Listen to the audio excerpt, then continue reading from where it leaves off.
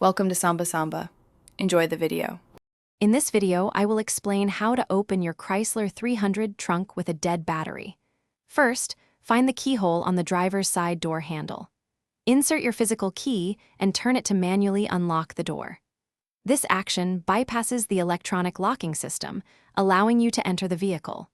This is the crucial first step when your car's battery is completely drained. Now that you are inside, locate the hood release lever, typically found near the driver's footwell. Pull this lever to unlatch the hood.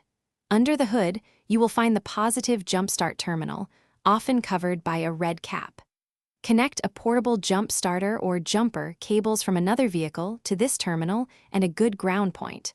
This provides temporary power to the car's electrical system. With temporary power supplied, your Chrysler 300's electrical system should now be active. You can now use the electronic trunk release.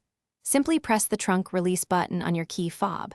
If the key fob doesn't work, locate and press the interior trunk release button, usually found on the dashboard or driver's door panel. The trunk should now pop open, granting you access. Once the trunk is open, you can retrieve any items you need or access the battery itself, which is often located in the trunk of a Chrysler 300. If your battery is completely dead, it is highly recommended to replace it with a new one.